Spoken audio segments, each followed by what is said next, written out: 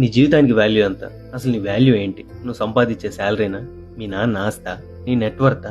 ఏంటి? నీకు ఓ విషయం చెప్తా విను. రోడ్డు పైన ఒక డజన్ అరటికాయలు అమ్మడానికి ఒక్కొక్కళ్ళు ఎండలో అల్లాడిపోతున్నారు. అదే ఇంకోవైపు అదే అరటికాయని ఒక గోడ కట్టించేసి ఫ్లాషింగ్ లైట్స్ మధ్యలో పెట్టి 6.2 మిలియన్ కి అమ్మేశారు.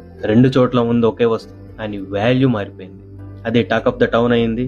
6.2 మిలియన్ పెట్టి కొని తినేసినా అది వైరల్ అయింది. ఇది కొత్తగా ఇవాళ జరిగిన న్యూస్ కాదు, ఎక్స్క్లూజివ్ గా అట్టికాయ కోసం జరిగింది మాత్రం కాదు. ఇది ప్రతి చోట ఉంది. రోడ్డు పైకి వచ్చి ఒక బడ్డీ కొట్లో ఒక పెన్ కొంటే 5 రూపాయలు. అదే షోరూమ్ కి వెళ్తే కళ్ళు చెదిరే లైట్స్ మధ్యలో అద్దాల బాక్సుల్లో బ్రాండింగ్ చేస్తే 100, 1000. ఇదే ఫార్ములా మన లైఫ్ కి కూడా అప్లై అయింది. కొన్నిసార్లు కొంతమంది వాళ్లకు ఉన్న తక్కువ పరిజ్ఞానంతో నిన్ను తక్కువగా అంచనా వేయొచ్చు. అంత మాత్రాన నీ వాల్యూ తగ్గదు. నీ అసలు విలువ తెలియాలి అంటే నీకు వాల్యూ ఇచ్చే మనుషుల మధ్యలో ఉంది. గుర్తుంచుకో, నువ్వు ఎంత విలువైన వజ్రమైనా అయి ఉండొచ్చు, కానీ చేతి ఉంగరానికి ఉంటేనే దాని విలువ, చెత్తబుట్టలో కాదు.